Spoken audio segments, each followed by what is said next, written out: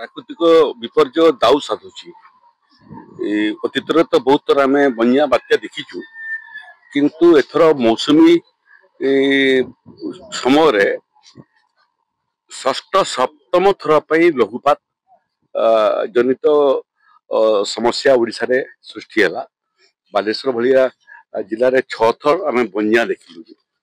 ଏବେ ଯୋଉ ଲଘୁପାତ ହେଲା ସେଥିରେ ପୂର୍ବ ଅନୁମାନ ପ୍ରକୃତରେ କରାହେଇଥିଲା ଯେ ଜଗତସିଂହପୁର ଏବଂ ପୁରୀ ଏଥିରେ ବିଶେଷ କ୍ଷୟକ୍ଷତି ହେବ ବୋଲିକି, କିନ୍ତୁ ପ୍ରକୃତି ତାର ଦିଗ ମଧ୍ୟ ପରିବର୍ତ୍ତନ କଲା, ଚରିତ୍ର ମଧ୍ୟ ପରିବର୍ତ୍ତନ କଲା।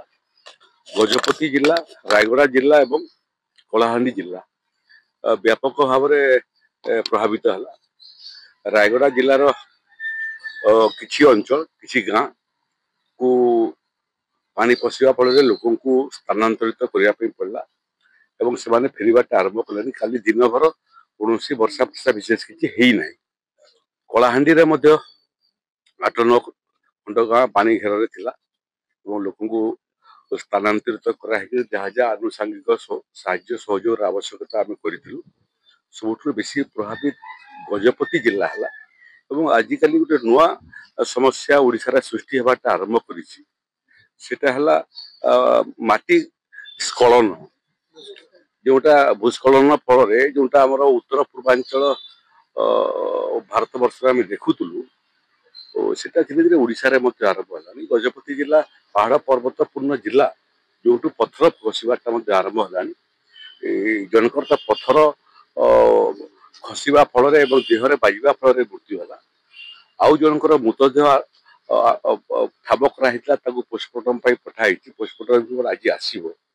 ଆସିଲେ ପ୍ରକୃତରେ ବୁଡ଼ି ପାଣିରେ ବୁଡ଼ିକିରି ଜୀବନ ଗଲା ନା ଅନ୍ୟ କୌଣସି କାରଣରୁ ଗଲା ଜଣା ପଡ଼ିବ। ଏତେ ବଡ଼ ଭୂସ୍ଖଳନ ହେଲା ଯେ ଦୁଇଟା ବ୍ୟକ୍ତି ମଧ୍ୟ ମାଟି ପଥର ତଳେ ରହିଗଲେ। ଏହା ଭାବିକରି ରାତ୍ରି ସାରା ସେ ମାଟି ପଥର କୁ ବାହାର କରିବାରେ NDRF, ODRF ଏବଂ ଅଗ୍ନିଶମ ବାହିନୀ ଲାଗିଲେ। ମୁଁ ଦକ୍ଷିଣାଞ୍ଚଳ ରାଜସ୍ୱ କମିଶନରକୁ ମଧ୍ୟ ନିର୍ଦ୍ଦେଶ ଦେଇଥିଲି ଯେ ଗଜପତିରେ ଯାଇକରି ଅବସ୍ଥାପିତ ହେବା ପାଇଁ। ମାନ୍ୟବର ମୁଖ୍ୟମନ୍ତ୍ରୀଙ୍କ ସାଙ୍ଗରେ ମଧ୍ୟ 2-3 ଥର ଏହାର ସମୀକ୍ଷା ଆମେ କରିଥିଲୁ।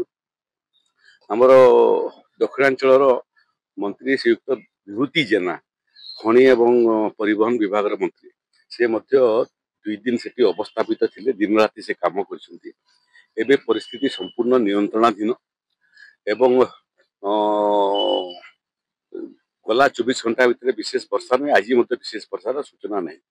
ଏବେ ରହିଲା ଯେ ମୁଖ୍ୟମନ୍ତ୍ରୀ ଯେଉଁମାନେ ମୃତ ବ୍ୟକ୍ତିଙ୍କର କ୍ଷତିପୂରଣ ଘୋଷଣା କରି ସାରିଛନ୍ତି, ବାକି ଅନ୍ୟ ଯେଉଁ କ୍ଷତିପୂରଣର ରାଶି ଅଛି ତାକୁ ଆମେ ଜିଲ୍ଲାପାଳମାନଙ୍କୁ ପରାମର୍ଶ ଦେଇଛୁ। ମୂଳତଃ ରାୟଗଡ଼ା, କଳାହାଣ୍ଡି ଏବଂ ଗଜପତି ଏ 3ଟା ଜିଲ୍ଲାର ଏବଂ ଅଳ୍ପ ପ୍ରଭାବିତ ହୋଇଥିବା ଗଞ୍ଜାମ ଏବଂ କିଛି ଜିଲ୍ଲା, ସେଥିରେ ଜିଲ୍ଲାପାଳମାନଙ୍କୁ ନିର୍ଦ୍ଦେଶ ଦିଆଯାଇଛି ତୁରନ୍ତ କ୍ଷୟକ୍ଷତିର ଆକଳନ କରିକିରି, ଘର କ୍ଷୟକ୍ଷତି ହଉ, ଫସଲ କ୍ଷୟକ୍ଷତି ହଉ, ତାର ଆକଳନ କରିକିରି ତୁରନ୍ତ ରାଜସ୍ୱ ଏବଂ ବିପର୍ଯ୍ୟୟ ବିଭାଗକୁ ପଠାଇବା ପାଇଁ। ଆମ ପାଖରେ ରିପୋର୍ଟ ପହଞ୍ଚିଲା କରି କ୍ଷୟକ୍ଷତି ରାଶି ମଧ୍ୟ ଆଜି ନହେଲେ ଆସନ୍ତାକାଲି ଆମେ ପ୍ରଦାନ କରିବା ପାଇଁ ପ୍ରସ୍ତୁତ ଅଛୁ। ଗଜପତିରେ ଯୋଉ ସବୁ ଭୂସ୍ଖଳନ ଜାଗା ରହିଛି 129ଟି ପାଖାପାଖି ଜାଗା ଚିହ୍ନଟ ହେଇଛି, ସେ ସବୁ ପାଇଁ ଲଙ୍ଗ ଟର୍ମ ପ୍ଲାନ କିଛି ହଉଛି? ସେଟା ପରେ ଏବେ ସମସ୍ୟାଟା ଆରମ୍ଭ ହେଲା, ଏଭଳିଆ ସମସ୍ୟା। ତେଣୁ ଦୁଇଟା ସମସ୍ୟା ଅଛି ଯେଉଁଟାକୁ ସମାହିତ କରିବା ପାଇଁ ଆମର ଆଲୋଚନା ଏବଂ ଚିନ୍ତା ଆରମ୍ଭ ହେଲାଣି। ଗୋଟିଏ ହଉଛି ଯେ ଗୁଡ଼ିଏ ଜାଗାରେ ରାସ୍ତା ତଳେ ଥିବା କାରଣରୁ ବିଶେଷ ବର୍ଷା ହେଲେ ପାଣି ଫୁଲିଲେ, ନଦୀ ଫୁଲିଲେ ରାସ୍ତା କଟ ହେଇଯାଉଛି। ସେଥିରୁ ମାଲକାନଗିରି ଜିଲ୍ଲାଟା ହଉଛି ସବୁଥିରୁ ପ୍ରଭାବିତ ଜିଲ୍ଲା। ଅନ୍ୟ କିଛି ଜିଲ୍ଲା ଅଛି ଯୋଉଟା ମଧ୍ୟ ଟିକେ ପାଣି ବଢିଗଲେ ନାଳ ରାସ୍ତା ଉପରେ, କଲଭର୍ଟ ଉପରେ, ବ୍ରିଜ ଉପରେ ପାଣି ଯିବାଟା ଆରମ୍ଭ କରୁଛି। ତାକୁ ମଧ୍ୟ ଅଧ୍ୟୟନ କରିବା ପାଇଁ ଜିଲ୍ଲା ପ୍ରଶାସନକୁ ନିର୍ଦ୍ଦେଶ ଦିଆଯାଇଛି। ଲୋ ଲାଇଂ ରୋଡ୍ସକୁ ଠାବ କରିବା ପାଇଁ ତାକୁ ଆମେ ଆକୁ ସେ ରାସ୍ତାର ଉଚ୍ଚତା ବଢେଇବା ପାଇଁ ଚେଷ୍ଟା କରିବୁ, ଯାହାଫଳରେ ଯେତେ ବର୍ଷା ହେଲେ ବି ରୋଡ କନେକ୍ଟିଭିଟି ବନ୍ଦ ହବ ନାହିଁ।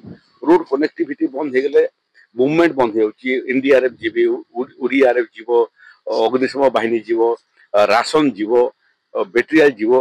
ତେଣୁ ରାସ୍ତାକୁ ଉଚ୍ଚା କରିବା ପାଇଁ ଗୋଟେ ଆମେ ଦୀର୍ଘକାଳୀନ ଯୋଜନା ପ୍ରସ୍ତୁତ କରୁଛୁ ଏବଂ ଯୋଉ ମାଟି ଏବଂ ପଥର ସ୍ଖଳନ ହଉଛି ଭୂସ୍ଖଳନ সেটা মূলত ଆପଣ ଦେଖିବେ ଯେଉଁ ଯେଉଁ ଜାଗାରେ ଜିଲ୍ଲାରେ ପାହାଡ଼ ପର୍ବତ ବେଶୀ ସେ ଜାଗାରେ ଏଇଟା ହଉଛି ତାକୁ ମଧ୍ୟ ବିଶେଷଜ୍ଞମାନଙ୍କର ପରାମର୍ଶ ଆମେ ନେଉଛୁ ଯେ ଏଭଳିଆ ପାହାଡ଼ ପର୍ବତ ଭିତରେ କେଉଁ କେଉଁ ପାହାଡ଼ ପର୍ବତ ଏଭଳିଆ ସ୍ପର୍ଶକାତର ପାହାଡ଼ ପର୍ବତ ଯେଉଁଥିରେ ଖସିବାର ସମ୍ଭାବନା ଅଛି ତାଙ୍କୁ ନେଇକି ମଧ୍ୟ ଆମେ ମାଷ୍ଟର ପ୍ଲାନ୍ ପ୍ରସ୍ତୁତ କରୁଛୁ ଯେଉଁଟାକୁ ଆମେ ରୋକିବା ପାଇଁ ପୂର୍ବ ପ୍ରସ୍ତୁତି କରିବୁ ଯେମିତି ପଥର ଖସିକି ଲୋକଙ୍କ ମୃତ୍ୟୁ ହେବ ନାହିଁ।